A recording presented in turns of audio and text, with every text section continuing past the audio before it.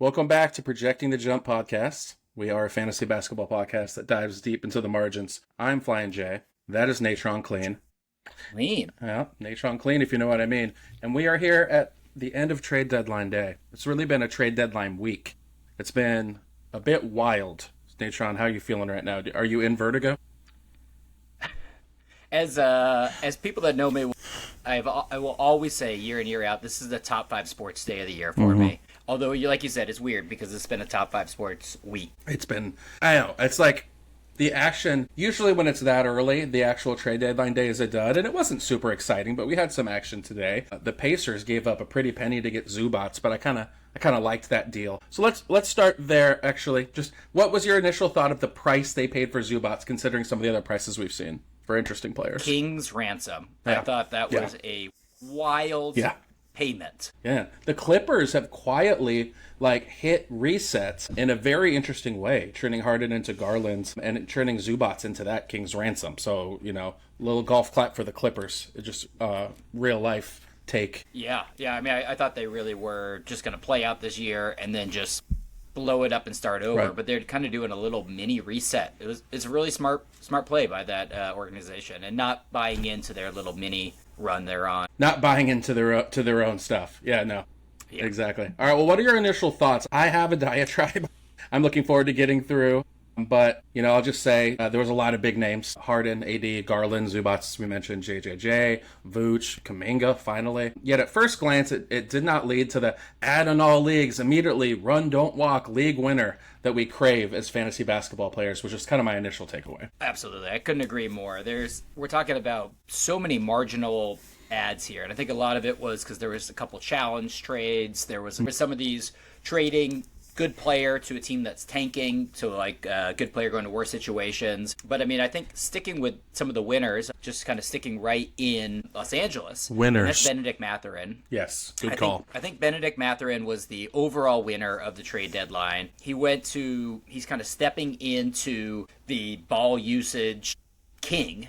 James Harden leaving, he's coming into that. That's the style of play that Benedict Mathurin wants to play anyway. So he's always kind of a weird fit in Indianapolis because that egalitarian system was a little bit in contrast to the way that he likes to play. So I see top 75 the rest of the season for him. So I know that most leagues he's probably not available. It's just go pause right now and check to make sure that he's not on your wire. I like that too. Some of the takeaways I like to give, or I'm interested in after the trade deadline, it's not just the pickups we run to the wire to look for. And if you run to your wire now, you can grab yourself some Jordan Goodwin or some Patrick Williams, but it's honestly not as exciting as we'd like. But I want to know the players that are on the margins on my roster that are going to be able to take a jump and catapult my team. And Mathurin, you couldn't step into larger usage shoes with James Harden exiting. And Garland, of course, he has the biggest toe in the league. And if he stubs that, he take an even bigger usage bump. So I like the Mathurin take. Yeah, that's...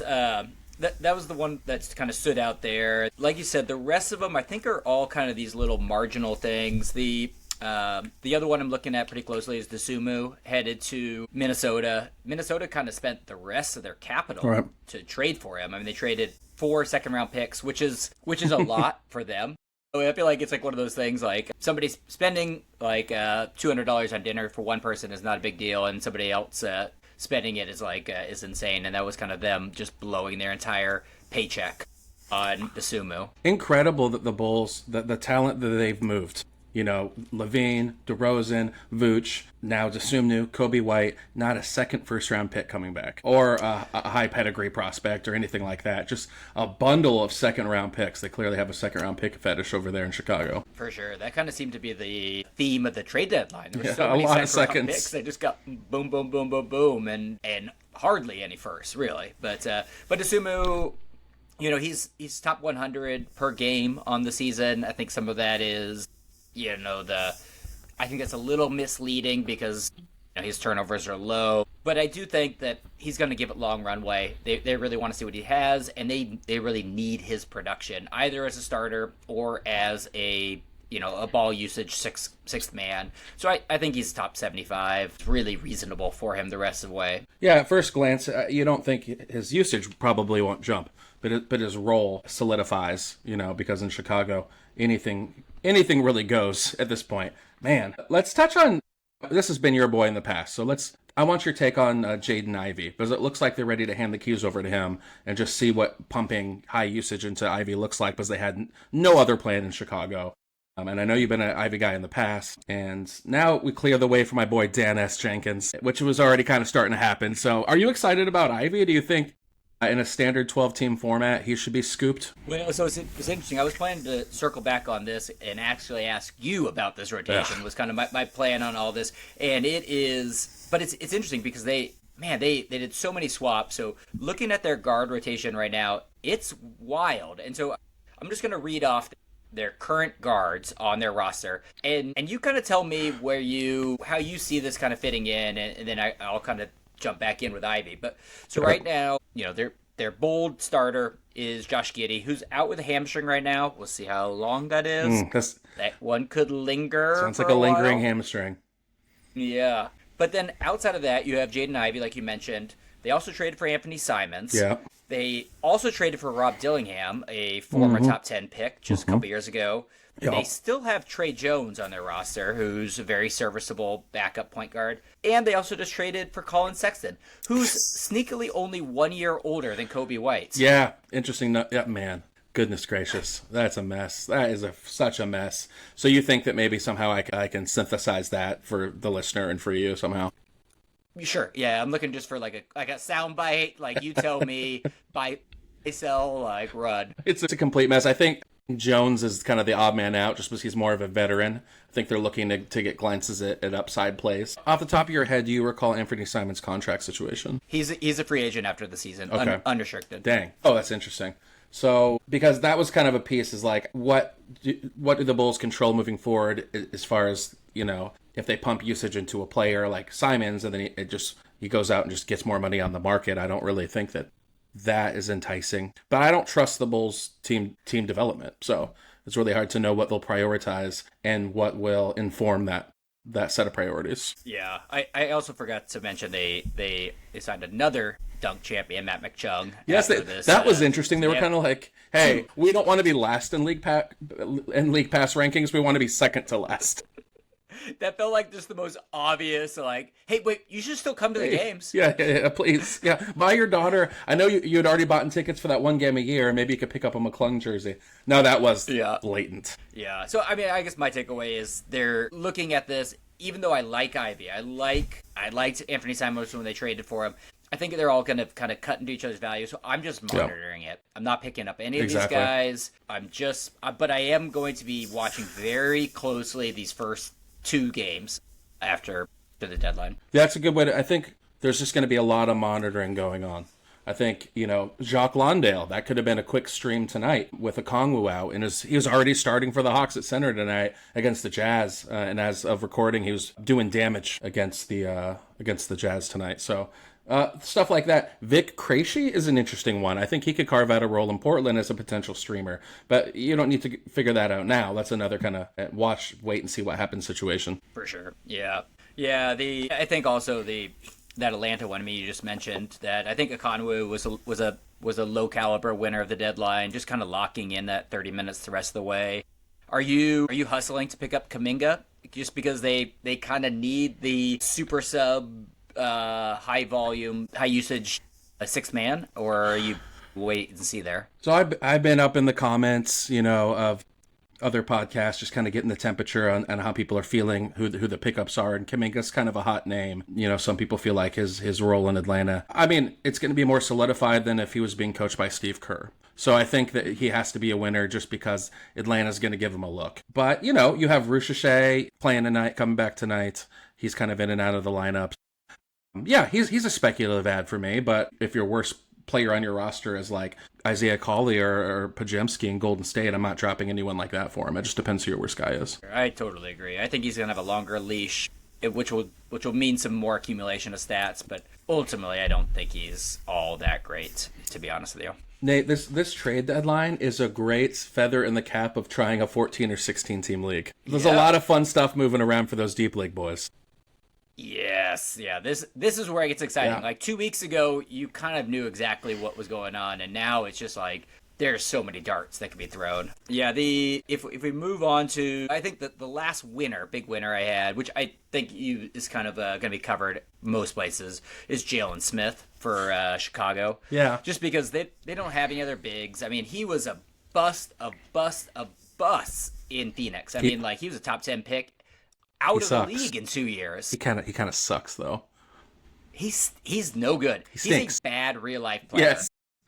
But somehow he's kind of reinvented himself into perhaps a decent stats bad player, because he now shoots threes and gets rebounds and does blocks. I think he stinks, but I also think he could be a stinker that is a hold your nose top 85 player. It needed to be mentioned on this podcast. We came on to talk about the trade deadline, so we're digging for actionable stuff. I think we're going to have a stink off in Chicago, Natron, between Sticks, Jalen Smith, and Patrick Williams. Who's stinkier?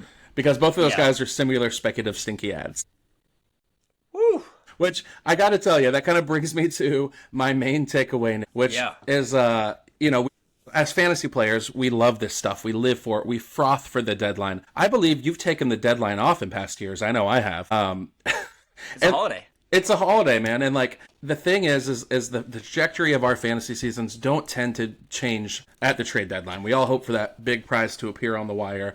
We're in the bathroom refreshing our phones at work. We're in the stall. Papers are piling up on our desk. We got our phones on Do Not Disturb. And our reward is Jalen Smith, Jaden Ivey. So that's kind of my takeaway is that you should really save your moves for trade deadline week in general, not burning your pickups on Monday.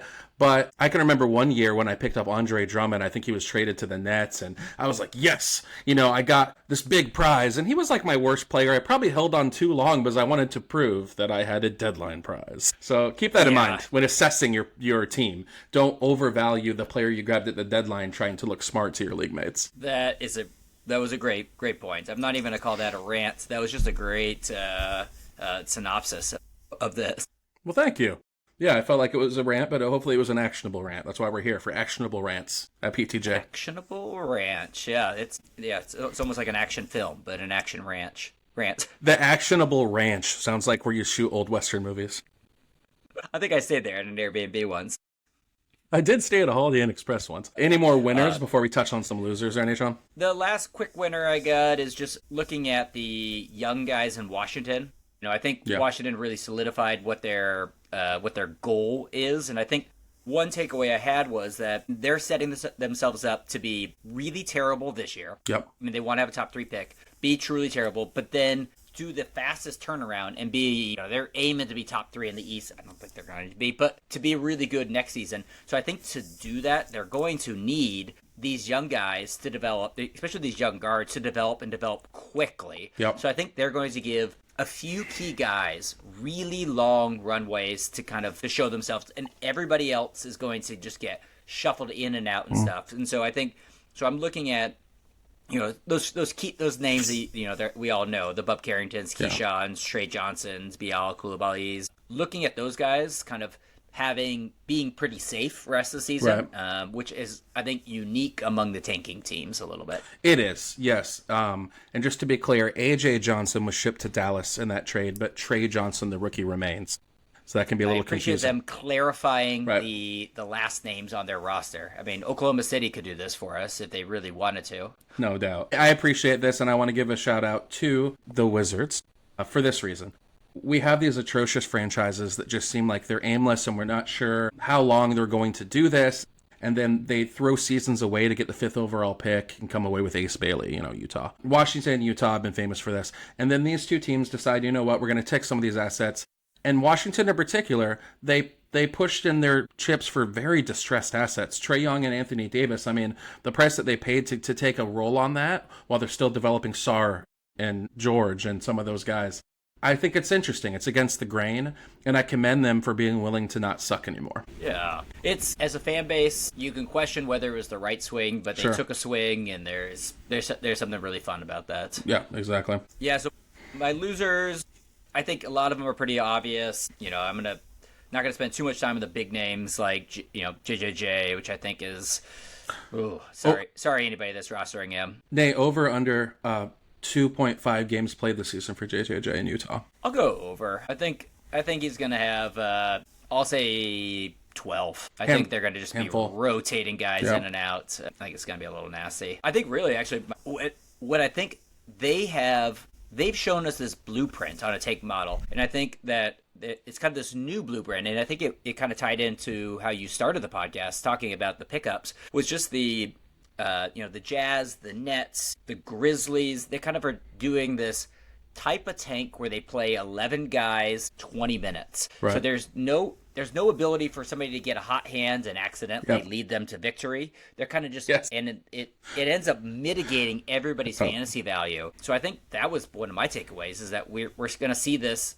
I almost wonder if there's going to be 3 or 4 teams by the end of the season where there's no guys rostered. Man, that's a bleak take, but it makes sense. Brooklyn is the prime example. I mean, one of the players we all wanted to give a gander to when he came back was Cam Thomas, and they just freaking cut him.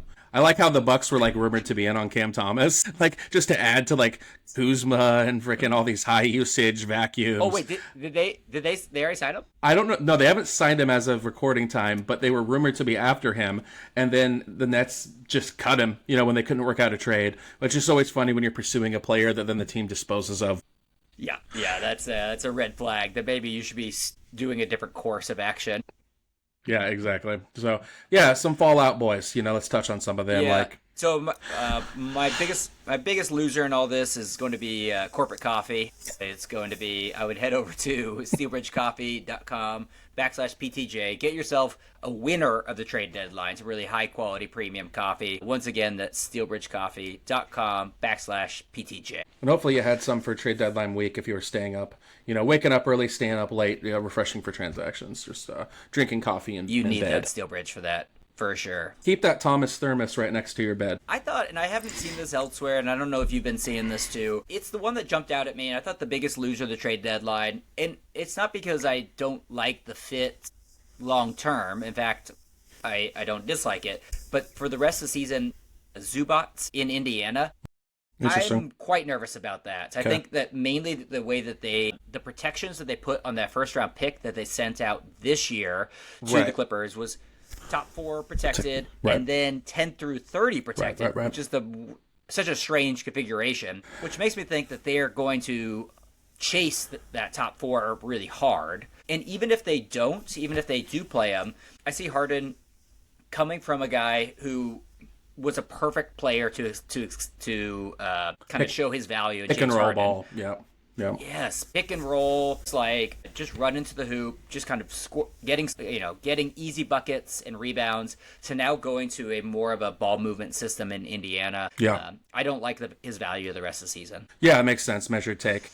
We're not safe with just games played now, but does bring me to a quick winner, and that's the bigs in Cleveland, like Jared Allen right now, then Evan Mobley when he comes back. Just having Harden's, just the way that he feeds his big guys. 1,000,000%, yes, Jared Allen. That's a great take there. Let's see. Yeah, so let's see here. That's the rest of these. I feel like are all kind of There's slight losers. Donovan Mitchell. I think you see some little bumps up and down. Your Nikola Vucic is going to be down a little bit, but big Vuc. Whatever. I think actually, if you have Vuc or if you don't have Vuc, it might be worth just checking in. And I'm curious to hear what you think about this. I'm gonna zag where everybody's zigging here. I think it might be worth checking in with the person who rosters Vuc and see what their panic level is, because I think baked into his price was the fact that he probably could get traded at some point.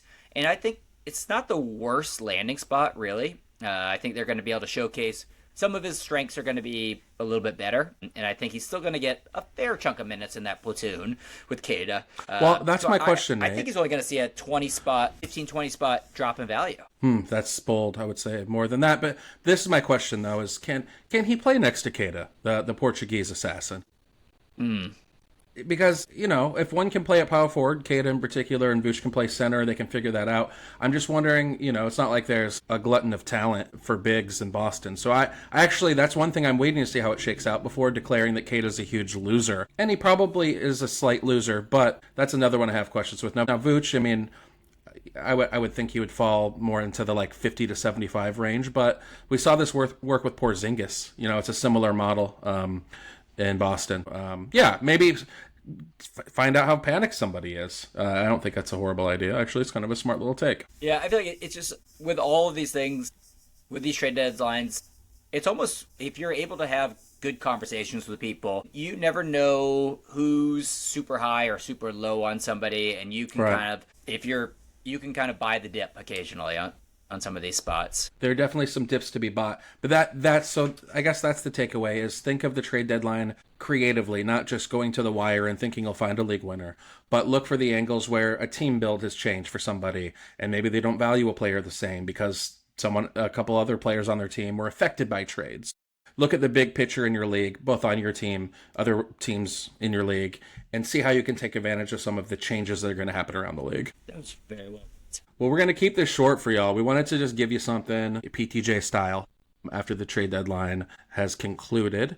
Natron Clean, of course, has to get over there to the Magoo's bowling team where he will try to avenge a recent loss because we can't have that on this podcast. We're a podcast of winners. We try to win. I appreciate that. Yeah, it was a humbling loss, but every title defense you need to have a little bit of humility to come back a little bit hungrier, and that's what we'll be doing in this year's bowling league as we attempt to go 3 out of 4 years. Yeah, in the gap year, it's kind of one of those things where does that really count? I mean, you could say really it's 3 in a row you didn't lose. It's more of a Spurs dynasty. I respect the Spurs more than anything else. All right, well, please do remember to subscribe. If you've made it this far, hit the subscribe button so you can get this in your feed, whether it's audio or YouTube. Hit us up in the comments. Look for our shorts on the YouTube page. Cut up some of those just for fun. And I hope you had a good time with the trade deadline. So for Natron Clean, this is your boy Flyin J. This is Projecting the Jump podcast, and we will talk to y'all soon. Happy holidays. Happy holidays. Trade deadline.